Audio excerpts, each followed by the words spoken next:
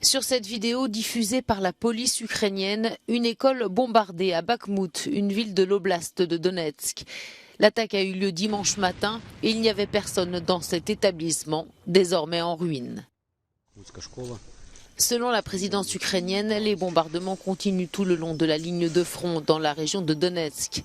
Si les Russes sont particulièrement actifs dans le district de Bakhmout, plusieurs villes, notamment Kramatorsk, subissent aussi d'intenses attaques. Bien qu'aucune offensive de grande envergure n'ait encore été lancée, des combats et des tirs d'obus sporadiques ont eu lieu dans diverses zones.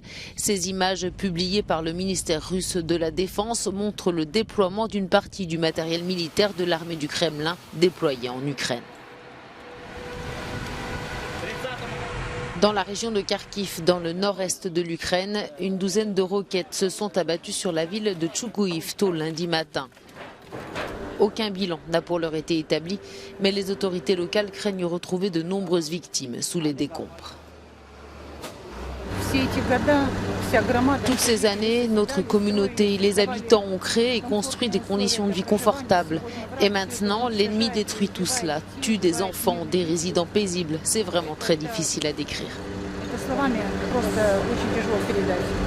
Alors que dimanche, la guerre est entrée dans son 6e mois, Kharkiv, deuxième plus grande ville d'Ukraine, est considérée comme l'une des prochaines cibles de Vladimir Poutine. Dans cette zone, les militaires ukrainiens sont en alerte permanente.